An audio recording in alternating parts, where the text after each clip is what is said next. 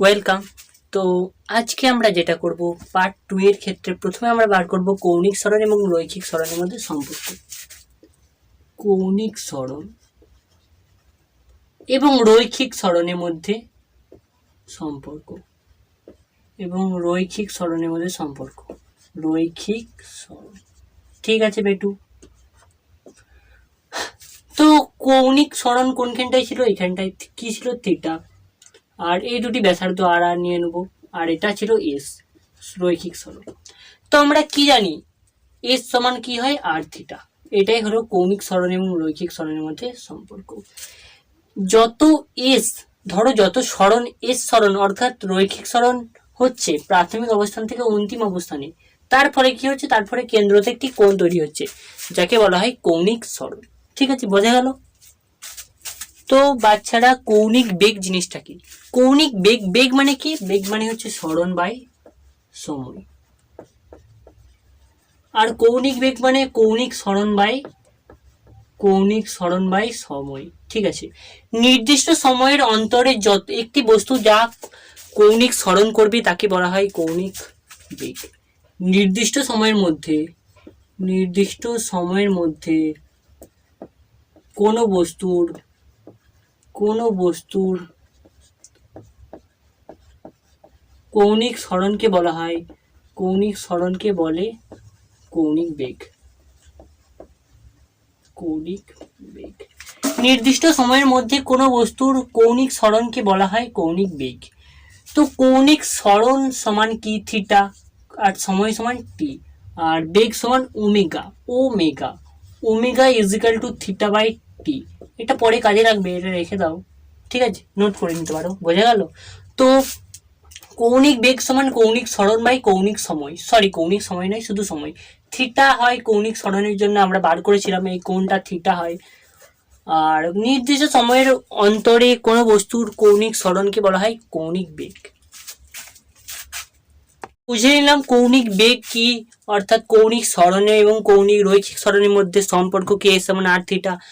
যেহেতু এগুলো সব বুঝে নিয়েছি, এবার আমরা তাৎক্ষণিক বেগ জানবো। তাৎক্ষণিক বেগ মানে কি? বেগ 2 ও 3 এর মধ্যে কোনোটাও নয়। 2.1, 2.3 মানে খুব কম বেগ, বের করার জন্য আমরা কি ইউজ করি? ডেরিভেটিভ। তো তাৎক্ষণিক বেগ, তো কৌণিক বেগ কি ছিল? থিটা বাই টি।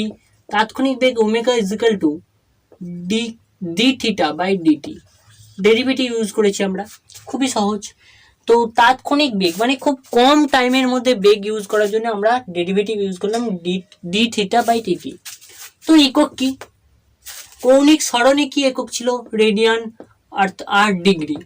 তো কৌণিক বেগের একক হবে রেডিয়ান পার সেকেন্ড, কারণ সরণ বাই সময়। কৌণিক সরণ হলে রেডিয়ান আর সময়ের জন্য এস। আর আরেকটা হতে পারে রেডিয়ান পার মিনিট। এই দুটোই হতে পারে। ঠিক আছে, তো মাত্রা বের করবো আমরা। কৌণিক সরণে কি মাত্রা ছিল বেটা? কৌণিক সরণের মাত্রা ছিল m0 L0 বাই টি। তো 1/t উপরে গেলে টি ইনভার্স থার্ড ব্র্যাকেট। ঠিক আছে, বোঝা গেল? তো যেহেতু কৌণিক সরণের মাত্রা ছিল মাত্রাহীন বা m0 L0 T0, আর সময়ের মাত্রা টি 1/t হয়ে উপরে চলে গেলে টি ইনভার্স থার্ড ব্র্যাকেট হয়ে গেল। তো আমরা এইভাবে লিখতে পারি m0 L0 টি ইনভার্স। ঠিক আছে, তো তাৎক্ষণিক বেগ হচ্ছে d theta by dt. Derivative করে নিলাম। আর একক হচ্ছে রেডিয়ান পার সেকেন্ড এবং রেডিয়ান পার মিনিট। এই দুটোর মধ্যে সম্পর্ক আছে, আমরা বের করব। তারা রেডিয়ান পার মিনিট এবং রেডিয়ান পার সেকেন্ডের মধ্যে সম্পর্ক। ধরো এটি একটি বস্তু 1 মিনিটে পুরোটাই অতিক্রম করে চলে এলো, তার মানে কতটা অতিক্রম করলো? 2 পাই। অর্থাৎ আমরা লিখতে পারি 60 সেকেন্ডে অর্থাৎ 1 মিনিটে অতিক্রম করলো 2 পাই। তাহলে 1 সেকেন্ডে এটা রেডিয়ান পার মিনিটে হয়ে গেল। রেডিয়ান পার মিনিট, কারণ রেডিয়ান পার মিনিট তো মিনিটে থাকবে, তাই না? 1 সেকেন্ডে কত করলো? 2π/60 ইন্টু 1, 2π/60 অর্থাৎ π/30 করলো। π/30 করলো রেডিয়ান পার সেকেন্ডে। তো রেডিয়ান পার মিনিট থেকে রেডিয়ান পার সেকেন্ডে যাওয়ার সূত্রটা কি?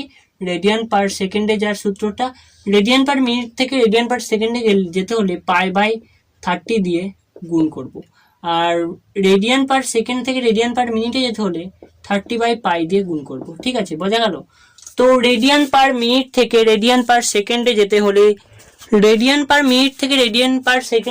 আমরা কি করব, π/30 দিয়ে গুণ করব। আর রেডিয়ান পার সেকেন্ড থেকে রেডিয়ান পার মিনিটে যেতে হলে 30/π দিয়ে গুণ করব। একটা উদাহরণ নিয়ে নেবো আমরা, কি নেবো, যে রেডিয়ান পার মিনিটে একটা উদাহরণ নিয়ে নিচ্ছি আমরা, খুব সহজ উদাহরণ। রেডিয়ান পার মিনিটে আমরা দেখে নেবো একবার, রেডিয়ান পার মিনিটে 1800 হলে রেডিয়ান পার সেকেন্ডে কত? রেডিয়ান পার সেকেন্ডে এত সহজ পড়বে না, তাও নিয়ে নিচ্ছে। রেডিয়ান পার সেকেন্ডে কত?